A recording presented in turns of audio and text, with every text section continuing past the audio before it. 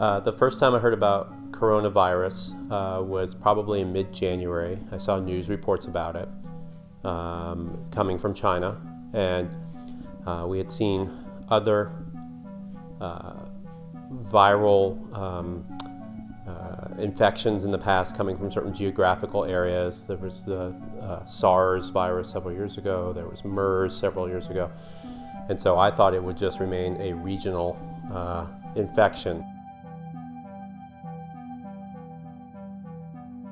I first heard about COVID-19 as the coronavirus. I don't know when I first heard the term COVID-19, to be honest, but about cases happening in China and then in South Korea, and then all of the efforts they were making to try to control the spread. And I knew that they were speaking a lot about how it was particularly problematic and potentially deadly for those with underlying health conditions and the elderly. And so those are the first things I really remember hearing about the coronavirus.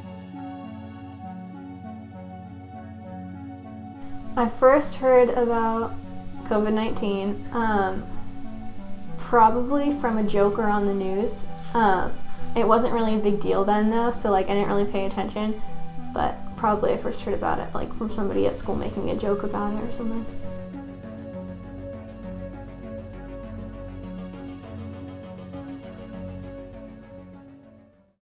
In California, I first heard about the Santa Clara County shelter in place. Oh goodness, where was I?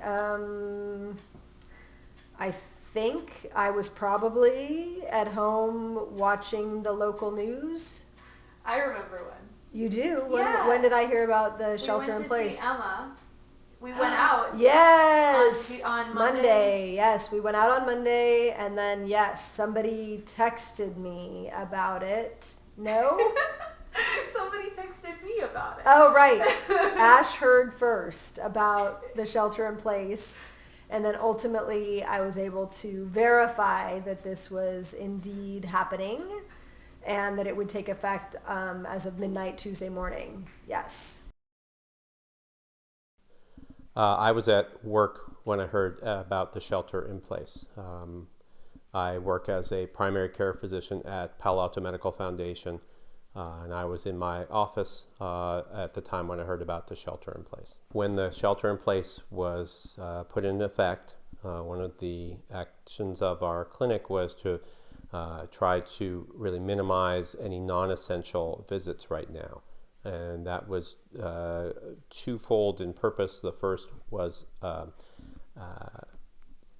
not to have patients be put at risk by coming into a medical facility. Even though we're trying to isolate patients that have respiratory symptoms, we still want to try to avoid having patients be put at risk by that exposure. And second, it also is just part of the social distancing as well too. Don't want to have patients needing to wait in waiting rooms in close proximity. So as a result, we've been doing a lot more telemedicine where I will do phone call visits with patients. We are also in the process of starting video visits as well. Are you checking your blood sugars every day? Okay, and how high are your blood sugar readings? Oh, okay. There's a certain scope of care that we can use for telemedicine. Chest pain is not a good one for telemedicine, but it can be effective, especially when it's issues that don't require a physical exam or hands-on. So I've had telemedicine visits about people following up for depression or anxiety. I've had many visits about telemedicine following up for diabetes when we can just talk about blood sugar readings and things like that. This is going to change how medicine is practiced. I think it's going to become more widespread, more adopted. So I think the changes that are occurring now will be able to continue to some extent. It's never going to, fully supersede office visits, but it's going to be more of a mix. I mean, I think it'll be more of a hybrid once this is all done. So. I am Pam Prodromo. I am the mom of Ash. Yeah, that's an adjustment too. The adjustment to using video chat to keep up with people, because typically I'm somebody who talks on the phone or gets together with people in person for walks or meals or coffee or whatever, or just runs into people when I'm dropping off my kid at school. And so using that to keep up with people has been a huge change in the last week. I'd only heard of Zoom maybe 6 months ago, and now it's become a daily conversation about, oh, when are we going to connect on Zoom? And then, oh, let's schedule that Zoom call. And then learning how to use that and be comfortable, because I'm not typically someone who loves to be on a camera. No, my book club is the one more organized group that has met already once and will meet again this weekend. Rather than stopping altogether, Zoom has allowed us to continue moving forward with our group gatherings and moving on to different books, and everyone's reading a fair amount right now, so it's the perfect opportunity to keep that moving. It'd be super sad if we weren't able to keep connected in that way, and I think everyone in the group has benefited from using Zoom. This is so stupid.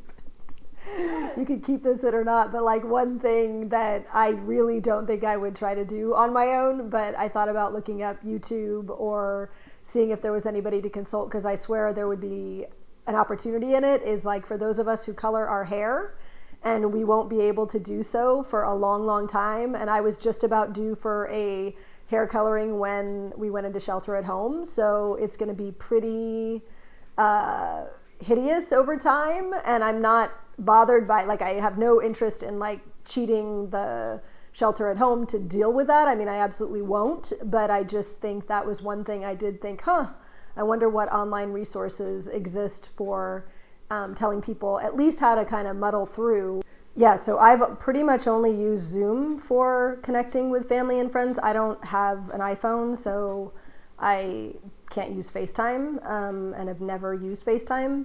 But I think I'm so grateful. If we didn't have that opportunity, it would be even harder to go through this, because at least this way we get to see our loved ones, we get to have a little chat. Sometimes it's chaos because we have a lot of young nieces and nephews, but it's a lot of fun to see them, and it's a lot of fun to see the other family members and get a chance to see how they're doing, and seeing people is, speaks volumes versus just getting to hear their voice. Like, that is great, and I'd take it if that's all I had, but I really appreciate getting to see people and feel confident that they're doing well and looking well and all that kind of stuff.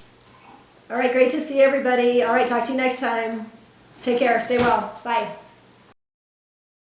Did you hear about the school that they sent out an email that was like, please become familiar with the online game Roblox, as we will be hosting our graduation on there? Did they actually do that? Yeah, the Roblox graduation? Parents and students should get familiar with the platform before graduation. That is crazy. I know. I did not hear about that. Okay. There was a school in Japan who did it on Minecraft.